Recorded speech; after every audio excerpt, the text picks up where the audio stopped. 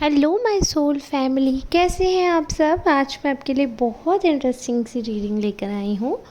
आज मैं आपको बताने वाली हूँ उनके करंट फीलिंग्स। तो आज हम जानने वाले हैं उनके मन में क्या चल रहा है, क्या वो आपको मिस कर रहे हैं, क्या उनकी अभी करंट फीलिंग्स है। ये सारी बातें हम जानेंगे आज की रीडिंग में। काफ़ी इंटरेस्टिंग सी ये रीडिंग रहने वाली है एंड आई एम श्योर आपके लिए काफ़ी हेल्पफुल रहेगी। ये जनरल रीडिंग है, आपसे रेजोनेट हो भी सकती है, नहीं भी हो सकती। आप क्लेम करके बताइएगा क्या ये आपसे रेजोनेट होती है, और अगर होती है तो आप मुझे कमेंट करेंगे तो मुझे काफ़ी अच्छा लगेगा। आप बताइएगा कि 100% रेजोनेट है या पार्शियल रेजोनेट है, कितने परसेंट आपसे रेजोनेट है, तो आप वो कमेंट में बताइएगा। वीडियो को लाइक कर दीजिएगा, चैनल को सब्सक्राइब करके बेल आइकॉन को प्रेस कर दीजिएगा। अगर ऑलरेडी आप सब्सक्राइबर हैं चैनल के तो आपका बहुत बहुत शुक्रिया मैं पहले ही अदा कर दूं। अब हम बढ़ते हैं आज की रीडिंग की तरफ। उससे पहले बता दूं, अगर आपको पर्सनल रीडिंग करवानी है तो आप दिए हुए नंबर पर संपर्क कर सकते हैं। पर्सनल रीडिंग चार्जेबल होती है। आप कांटेक्ट करके एक क्वेश्चन या हाफ आवर या 1 आवर, जैसे भी आपके क्वेश्चन हो उस रिगार्डिंग आप चार्जेस का पता कर सकते हैं। और आप जब पेमेंट कर देंगे उसके बाद ही मैं आपसे बात करूँगी, पर्सनल रीडिंग करूँगी आपकी, ठीक है। So this is the process. Now we will start general reading for today. I have already shuffled the card and I have chosen some card for you and I think I should speak in Hindi, क्योंकि most of the audience जो है वो हमारी हिंदी वाली है, तो इसलिए मैं एक वो बीच में लैंग्वेज बैरियर नहीं लाना चाहती हूँ। तो अगर आपको इंग्लिश में रीडिंग चाहिए you can comment, if you want it in Hindi you can comment, okay. तो अभी हम हिंदी में लेकर चलते हैं, अगर इंग्लिश में चाहिए तो आप वो कमेंट कर सकते हो।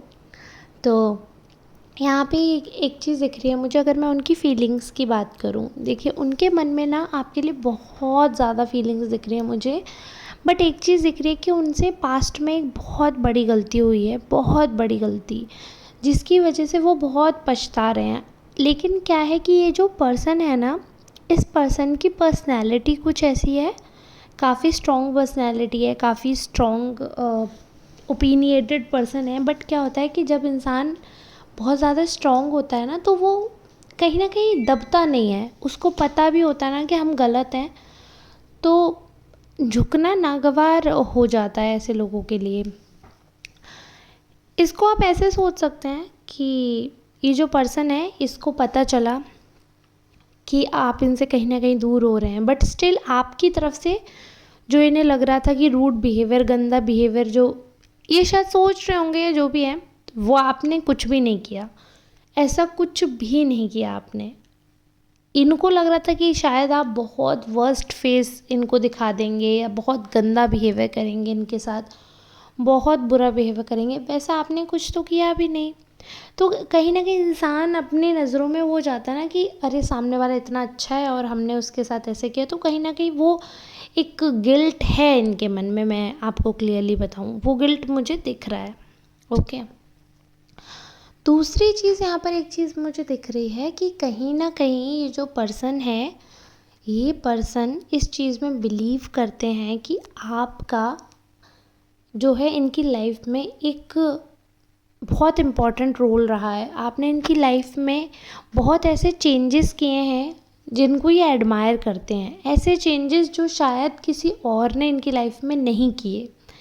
ये इंसान जो थे ना, ये बहुत स्ट्रॉन्ग थे, शुरू से थे स्ट्रॉन्ग। ओपिनियटेड होने का मतलब है मेरा कि किसी की बात नहीं सुनते थे, सिर्फ इनके लिए इनकी बात मायने रखती थी और अपनी बात की ही ये वैल्यू रखते थे, ठीक है। इनको ऐसा लगता था बस यही होशियार हैं, और इन्होंने दूसरों की बात की वैल्यू नहीं रखी और ना दूसरों की बात को बहुत ज़्यादा समझा है, ना बहुत ज़्यादा तवज्जो दी है। ये ऐसे ही हैं, ठीक है। अब इनको पता है, इनको एहसास हो रहा है अपनी गलती का। अगर आप फॉर एग्ज़ाम्पल, मैं एक एग्ज़ाम्पल ले रही हूँ क्योंकि ये जनरल रीडिंग है, मैं यहाँ पर ये बिल्कुल क्लेम नहीं कर रही हूँ कि यही है, इट इज़ जस्ट एग्ज़ाम्पल, ठीक है। सपोज़ इन्होंने आपके साथ अब्यूज़िव हुए ये और वॉयलेंट हुए, ठीक है, बट इन रिटर्न आपका वो बिहेवियर इनको नहीं देखा।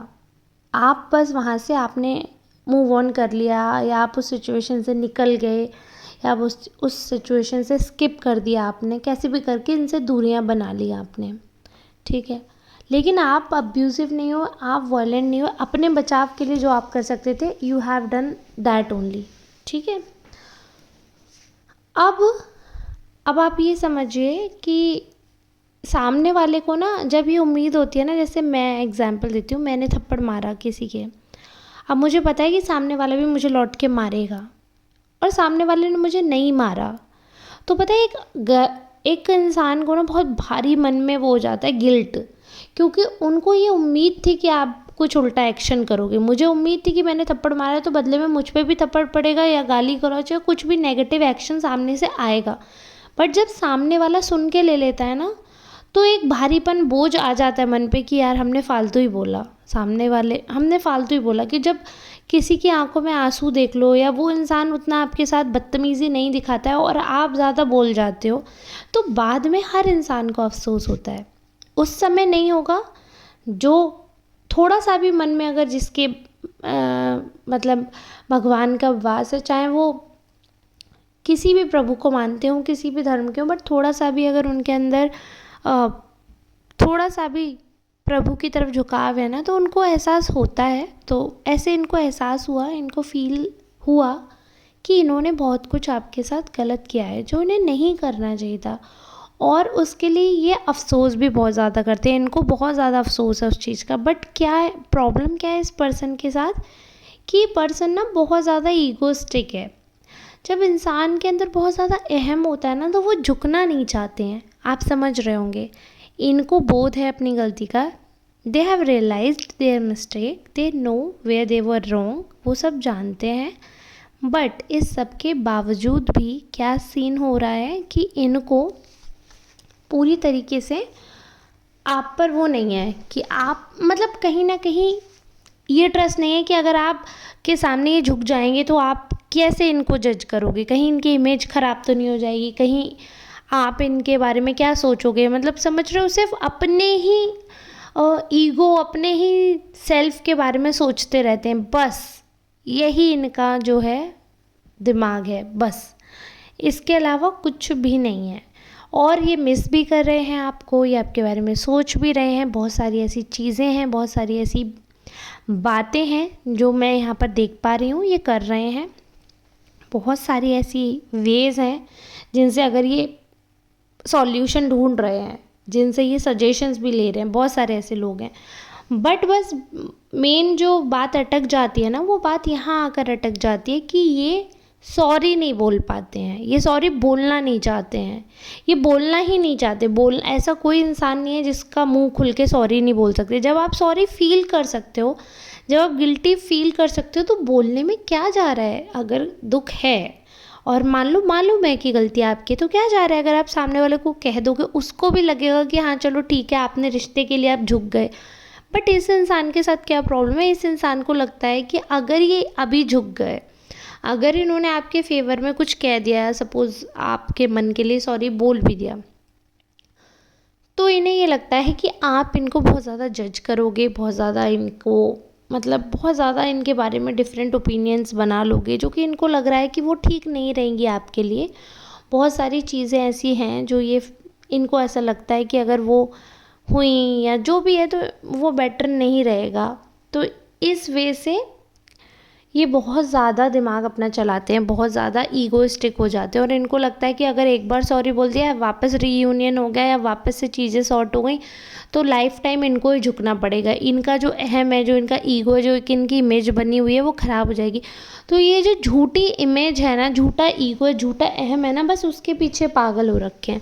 बाकी एज अ पर्सन ये पर्सन बहुत अच्छे हैं, इनको अपनी गलती का भी एहसास है, सब कुछ है, लेकिन ऐसे इंसान के साथ ना सर्वाइवल मुश्किल हो जाता है। भले ये बात मुझे दिख रही है, they are missing you badly, बहुत बुरी तरीके से आपको मिस कर रहे हैं और अफसोस भी कर रहे हैं, और हर एक चीज़ याद कर रहे हैं कि कैसे आपने इनकी लाइफ में अपना इनपुट दिया, कैसे आपकी वजह से ये लाइफ में इतने चेंज हुए, कैसे इनकी लाइफ में इतने रंग भरे आपने, कैसे इतनी पॉजिटिविटी चारों तरफ इनके डाल दिया आपने। वो सारी बातें एनालाइज कर रहे हैं, सारी बातें सोच रहे हैं, सारी बातें समझ रहे हैं। बट बात वहीं आकर अटक जाती है, जब आप सब कुछ सोच रहे हैं, समझ रहे हैं, इतना मिस कर रहे हैं, तो आप जाकर कह क्यों नहीं देते? ये भी बता देंगे, आपको हो सकता है ग्रेटिट्यूड भी शो कर सकते हो या किसी थर्ड पर्सन को बता दिया हो कि नहीं यार उस इंसान ने लाइफ में मेरे लिए बहुत कुछ किया है, मेरी लाइफ में बहुत सारे चेंजेस हैं जो उनकी वजह से सब कुछ है। बट इन पर्सन आकर सॉरी नहीं बोल सकते, झुकना नहीं चाहते हैं, झुकेंगे नहीं। अगर आप अपनी तरफ से बात करोगे तो हो सकता है कि वो बात कर लें कंटिन्यू और फिर आगे चीज़ें बहुत अच्छी हो जाए, वो एज अ पर्सन बहुत चेंज होकर आपके साथ वापस रिलेशनशिप में आ जाए, या वापस एक, अगर आप ऑलरेडी मैरिड है तो वापस एक सेकंड चांस मिल जाए आपकी मैरिज को, ठीक है। लेकिन अपनी तरफ से ये कदम नहीं उठा रहे हैं आपकी तरफ आने के लिए। इफ़ यू हैव किड्स तो हो सकता है बच्चों का बहाना लेकर आएँ।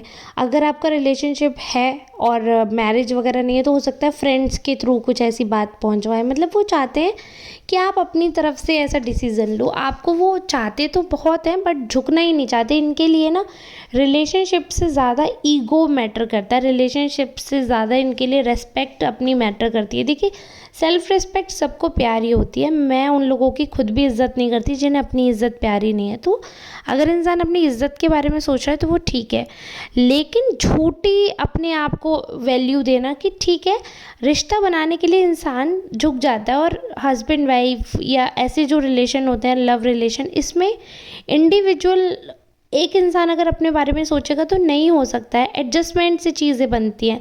हर इंसान के घर की फैमिली का माहौल अलग है, हर इंसान अलग तरीके से जीता है। बट जब दूसरे के साथ आते हैं, दूसरे के फैमिली में इन्वॉल्व होते हैं तो एडजस्ट करते हैं। लड़का भी करता है, लड़की भी करती है। तो अगर ये झुकना ही नहीं चाह रहे हैं और मिस बहुत करें सारी चीज़ें, यानी कि कल को भी कुछ भी बात होगी तो ये ऐसे ही खड़े हो जाएंगे कि तुमको जाना है तो तुम जाओ, तुमको छोड़ना है तो तुम छोड़ो। मतलब एक होता है ना कि इनको बहुत ज़्यादा फ़र्क नहीं पड़ेगा। जब इनको इतना फ़र्क ही नहीं पड़ेगा तो फिर ऐसे प्यार का क्या मतलब है, वो आप खुद सोचिए। देखिए, मैं इस रीडिंग में आपसे सवाल कर रही हूँ। ये लाइव वीडियो नहीं है जो मैं आपकी इंस्टेंट आंसर देख पाऊँ, बट आप कमेंट ज़रूर करना। मैं ये सुनना चाहती हूँ कि प्यार, मैं मानती हूँ वन साइडेड प्यार भी होता है, सारी चीज़ें अच्छी है, लेकिन जब आप एक रिलेशनशिप मेंटेन कर रहे हो, या तो रिलेशनशिप है ही नहीं, अगर आप रिलेशनशिप मेंटेन कर रहे हो तो प्यार का मतलब क्या होता है? प्यार का मतलब होता है सामने वाले को खुश रखना, उसकी रेस्पेक्ट करना। अगर सामने वाले की खुशी है कि आप अगर एक बार उससे सॉरी कह दो, वो भी उस चीज़ के लिए जो आपने गलती की है, जो आपने गुनाह किया है, अगर सामने वाला सिर्फ ये चाहता है कि आप अपनी गलती को एटलीस्ट स्वीकार करके अपोलोजाइज़ कर लो, तो क्या गलत चाहते हैं? ये चीज़ ये लोग नहीं समझ पा रहे हैं और इनके आसपास के लोग ना इनको समझने भी नहीं दे रहे हैं। इनके आसपास के लोग ना भड़काने वाले हैं, बनाने वाले नहीं हैं। वो लोग घर बिगाड़ने वालों में से हैं। ये लोग कभी घर बनने नहीं देंगे। इस टाइप का इनका फ्रेंड सर्किल है, ये भी मैं आपको बता दूँ। इसलिए इनके अंदर ज़्यादा अहम है। अगर 4 लोग आपकी गलत बात को सही बोलते हैं ना, तो कहीं ना कहीं हमारे मन में ये आ जाता है अच्छा हम ही सही हैं। लेकिन वही अगर 4 लोग हमारी गलती पे बताते हैं ना कि आप गलत हो, तो खुद से भी आता है यार हम गलत हैं, लाओ हम ही झुक जाते हैं। तो वो इनको कोई सही गलत बताने वाला नहीं है। इनकी हाँ में हाँ चमचागिरी इनकी करते हैं, चाटुकारिता करते हैं। इनको ये नहीं बताते कि आपको सॉरी कहना चाहिए, आपकी गलती है, वो सब कुछ नहीं बताते। इसलिए इनके अंदर अहंकार उस चरम सीमा पे पहुंच गया है कि इनके लिए रिश्ता टूटता है तो टूट जाए, झुकना मंजूर नहीं है। वो स्थिति इनकी आ गई है। अब बाकी आपको करना क्या है आगे, वो आप देखिए, आप समझिए, आपकी लाइफ है, आपको ही डिसाइड करना है। मैंने जो कार्ड्स ने बताया मुझे, वो मैंने आप तक डिलीवर कर दिया। मैं तो सिर्फ एक तुच्छ ज़रिया हूँ जिससे आपको थोड़ी हेल्प मिल सकती है। बाकी डिसाइड करना आपके हाथ में है। और मैं आशा करूँगी कि ये रीडिंग, ये जो मैंने आज ये रीडिंग की, आपके लिए बहुत हेल्पफुल रही हो। अगर आपको अच्छी लगी है ये रीडिंग, आपके लिए हेल्पफुल रही है, तो मुझे कमेंट करके ज़रूर बताएं। और ऐसे ही सपोर्ट करते रहिए। वीडियो को लाइक करिए, शेयर करिए, ज़्यादा से ज़्यादा लोग इस चैनल पर जुड़ें ताकि मैं भी रेगुलर मोटिवेट होकर एक्टिव हो पाऊँ। और अगर आपने मेरा पुराना चैनल सब्सक्राइब नहीं किया, मैं उस पर भी वीडियो डालती हूँ, लाइव आती हूँ, ट्रस्टेड टैरो कार्ड रीडर, आप उसको भी सब्सक्राइब कर सकते हैं। इसके साथ साथ दोनों ही चैनल मैं रन करती हूँ। और अगर पर्सनल रीडिंग चाहिए हो तो आप उसके लिए संपर्क कर सकते हैं। अब हम मिलते हैं नेक्स्ट रीडिंग में, तब तक के लिए आप सबका बहुत बहुत धन्यवाद।